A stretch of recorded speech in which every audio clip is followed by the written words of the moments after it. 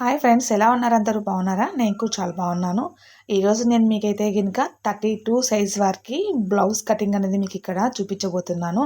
అది కూడా ఎక్కడే కానీ టేప్ కొలతలు అనేది యూజ్ చేయకుండా, చెస్ట్ లూజ్తో మనకు పని లేకుండా, ఓన్లీ నడుం లూజ్ ఆధారంగా, అది కూడా మెజర్మెంట్ బ్లౌజ్ ప్రకారం కటింగ్ అయితే ఎలా చేసుకోవాలనేది ఈ వీడియోలో అయితే ఉంటుంది.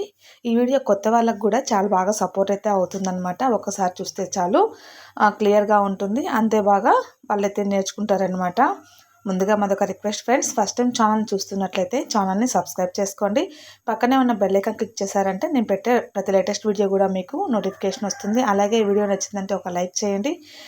అదేవిధంగా ఈ video me friend and family మెంబర్స్కి షేర్ చేసి ఈ వీడియో లాస్ట్ వరకు స్కిప్ చేయకుండా చూడండి.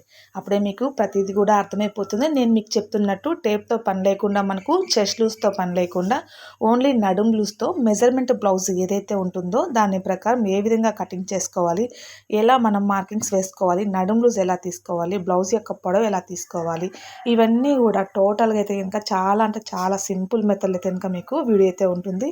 ఇప్పుడైతే మొత్తం కూడా మనం వీడియో అంతా కూడా చూసేద్దాం ఫ్రెండ్స్. చూసేశారు కదా, ఇక్కడ మీకు కనిపిస్తున్నది మెజర్మెంట్ బ్లౌజ్ అనమాట.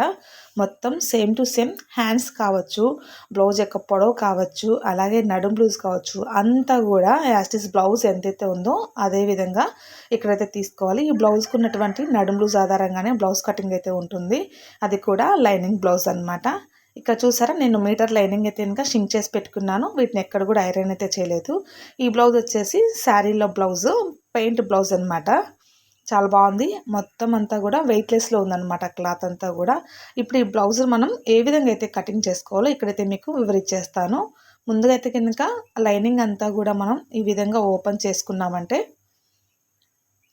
డబల్ ఫోల్డింగ్ అయితే కనుక ఉంది చూడండి. ఇలా డబల్ ఫోల్డింగ్ వేసుకొని క్లోజ్లో ఉన్నవి మన వైపు ఉండాలి, ఓపెన్స్లో ఉన్నవి మనకు అవతల వైపు ఉండాలి. అంటే వీడియోలో మీకు ఎలా అయితే ఉందో ఈ విధంగా క్లాత్ ఉండేలాగా చూసేసుకోవాలి. చూసేసుకున్న తర్వాత ఎడ్జెస్ ఏవైతే కనుక క్రాసులు ఉంటాయో ఈ క్రాసులు అంతా కూడా రిమూవ్ చేసుకోవాలి, అంటే కట్ చేసుకోవాలి.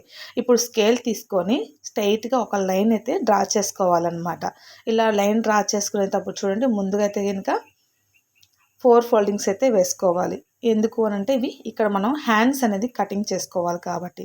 ఇక్కడే మనం స్కేల్తో ఒక లైన్ అయితే ఒక 1/2 ఇంచ్ వరకు మార్కింగ్ అయితే వేసుకొని, మెజర్మెంట్ బ్లౌజ్ ఏదైతే ఉందో ఈ బ్లౌజ్ యొక్క హ్యాండ్, అంటే మనం ఎక్కడైతే లైన్ అయితే డ్రా చేసామో ఆ లైన్ దగ్గర నుంచి చంక దగ్గర ఒక మార్కింగ్ అయితే అంటే మనకు బ్లౌజ్కి ఎక్కడి నుంచి ఎక్కడికి జాయింట్స్ అయితే ఉంటాయో ఆ జాయింట్స్ ప్రకారం అయితే కనుక ఎగ్జాక్ట్ మార్కింగ్ అయితే ఇచ్చేసేయాలన్నమాట. ఇలా ఎగ్జాక్ట్ మార్కింగ్ ఇచ్చిన తర్వాత మనకు స్టిచ్చెస్లోకి అయితే ఏవైతే కావాలో స్టిచ్చెస్లోకి ఒక హాఫ్ ఇంచ్ అనేది మనం ఎక్స్ట్రాగా మార్కింగ్ అయితే వేసుకొని, మనం ఎక్కడైతే ఎక్స్ట్రా మార్కింగ్ అయితే వేసామో ఆ 2 లైన్లు కలుపుతూ మీకు వీడియోలో చూపించినట్లుగా స్కేల్తో లైన్ అయితే డ్రా చేసుకొని, కరువు స్కేల్తో హ్యాండ్ షేప్ వచ్చేంత వరకు ఇలా అయితే కనుక మార్కింగ్ అయితే వేసేసుకోవాలి. చూసేసారా, హ్యాండ్ షేప్ అనేది మనకి ఇక్కడ కరెక్ట్గా అయితే వచ్చేసింది అనమాట. ఇప్పుడు ఈ హ్యాండ్ షేప్ ఎక్కడి నుంచి ఎక్కడికైతే వచ్చిందో ఇవైతే కటింగ్ అయితే చేసుకోవాలి. ఈ వీడియోలో నేను హ్యాండ్స్ దగ్గర ముందుగా అయితే క్రాస్ అయితే తీయడం లేదు, ఓన్లీ హ్యాండ్ కటింగ్ మాత్రమే చేస్తున్నాను. స్టిచ్చింగ్ చేసేటప్పుడు వచ్చేసి నేను హ్యాండ్ క్రాస్ అయితే తీసేసుకుంటాను అనమాట. ఇది ఓన్లీ కటింగ్ వీడియో మాత్రమే ఫ్రెండ్స్. ఇప్పుడు ఇలా హ్యాండ్ కటింగ్ అంతా అయిపోయింది కదా, ఇప్పుడు బాడీ పార్ట్ అనేది కట్ చేసుకోవాలి. లైనింగ్ పీస్ ఈ విధంగా ఓపెన్ చేసామంటే మనం హ్యాండ్స్ కట్ చేసిన పీస్ ఏదైతే ఉంటుందో ఆ పీస్ వచ్చేసి మనకు అవతల వైపు ఉండేలాగా చూసుకోవాలి, క్లోజ్లో ఉన్నది మనకు మన వైపు ఉండేలాగా చూసుకోవాలి. ఇలా చూసిన తర్వాత అంచులు వెంబడి ఒక 1/2 ఇంచ్ లైన్ అయితే మార్క్ అయితే వేసుకోవాలి. ఇక్కడ వచ్చేసి మెయిన్ అనమాట, మనం నడుం లూజ్ అయితే ఏదైతే చెప్పుకుంటూ ఉన్నామో మెజర్మెంట్ బ్లౌజ్, ఈ నడుం లూజ్ ఎంతైతే ఉంటుందో ఈ నడుం లూజ్ ప్రకారం అయితే ఇక్కడ మార్కింగ్ అయితే వేస్తూ ఉన్నాను అనమాట. చూసారా, నడుం లూజ్ వచ్చేసి మనకు ఎక్స్ట్రా కుట్లలకి క్లాత్ ఏదైతే ఉందో ఈ క్లాత్తో కూడా కలిపి ఒక మార్కింగ్ అయితే కనుక వేసేసుకోవాలి. ఇక్కడ మీకు వీడియోలో క్లియర్గా తెలుస్తుంది చూడండి, ఇలా మార్కింగ్ వేసుకోవాలి.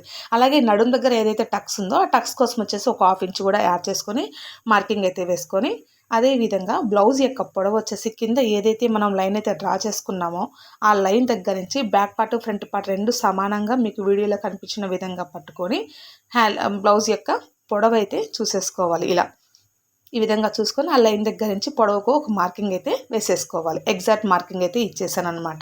ఎక్స్ట్రాగా అయితే కనుక ఎక్కడ మార్కింగ్ అనేది పెట్టలేదు ఇప్పటికైతే. అదేవిధంగా నడుం దగ్గర నుంచి చంక యొక్క పొడవు ఎంతైతే ఉందో చంక జాయింట్ ఎక్కడికైతే ఉంటుందో ఆ జాయింట్కు కరెక్ట్గా ఒక మార్కింగ్ అయితే ఇచ్చేసుకోవాలి. చూసారా కరెక్ట్గా మనకు చంక జాయింట్ దగ్గర ఒక మార్కింగ్ అయితే ఇచ్చేసాను. అదేవిధంగా ఇప్పుడు వచ్చేసి నెక్, ఫ్రంట్ నెక్ మాత్రమే డ్రా చేస్తూ ఉన్నాను.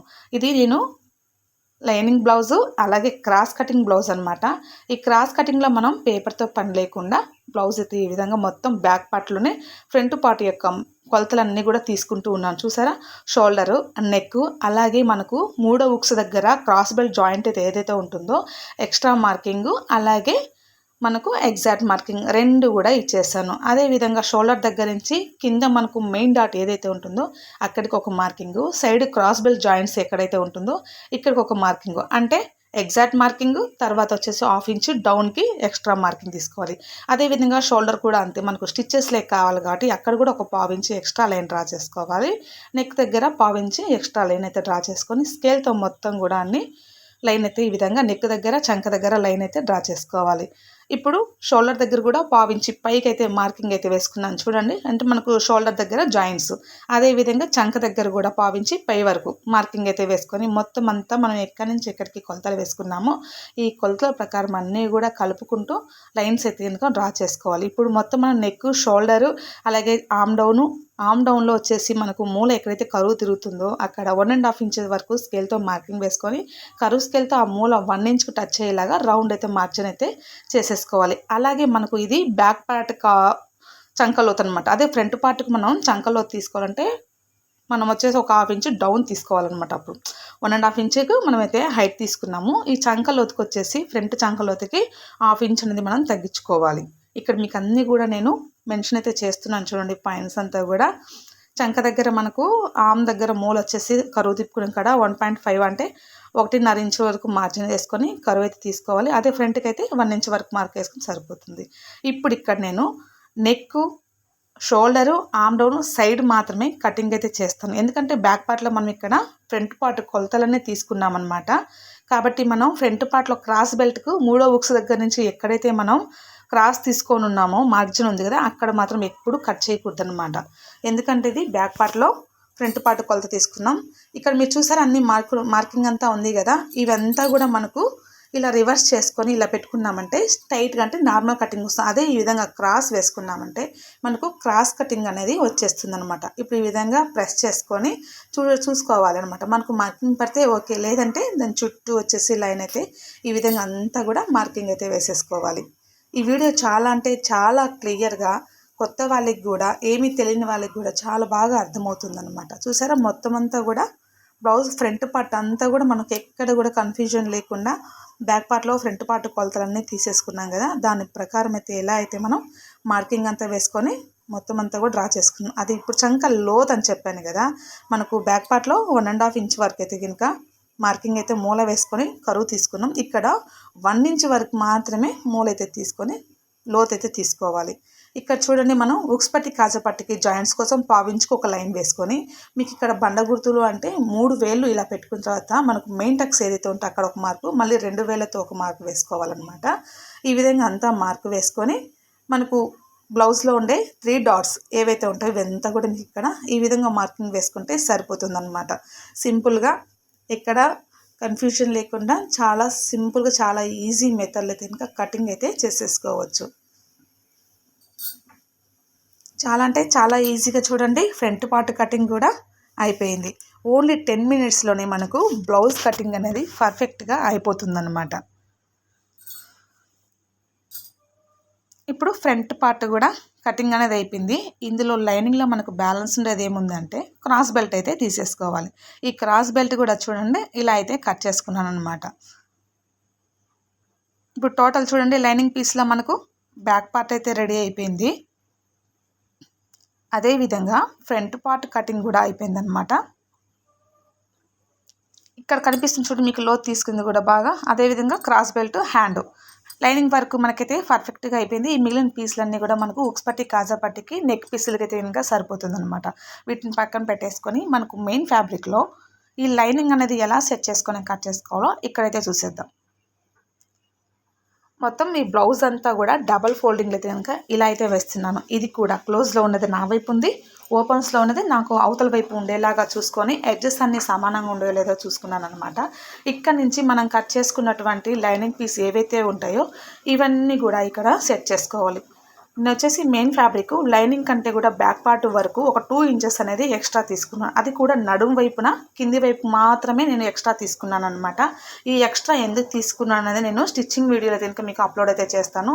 ఆ ఎక్స్ట్రా వచ్చేసి మనకు నడుం పట్టికి నడుం బెల్ట్ అనేది సపరేట్గా వేయని అవసరం లేదు. ఆ క్లాతే మనకు నడుం బెల్ట్ వేసినట్టు వచ్చేస్తుంది అనమాట.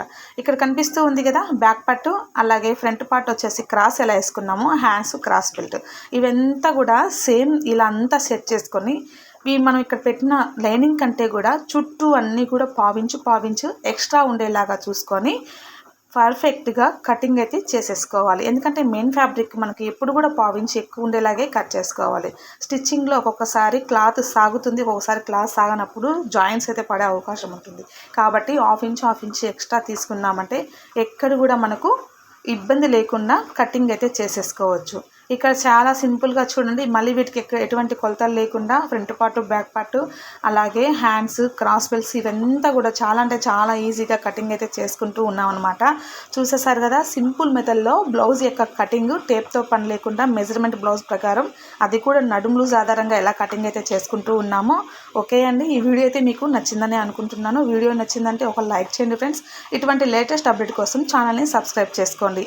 అలాగే ఈ video me friend and family మెంబర్స్కి షేర్ చేయండి. వీడియో ఎలా అనిపించిందో నాకు కామెంట్లో తెలియచేయండి. ఓవరాల్గా అయితే కనుక బ్లౌజ్ యొక్క కటింగ్ అనేది చాలా అంటే చాలా సూపర్గా అయితే కనుక అయిపోయిందండి. ఓకే అండి, నెక్స్ట్ వీడియోలో కలుసుకుందాం. Thank you for watching.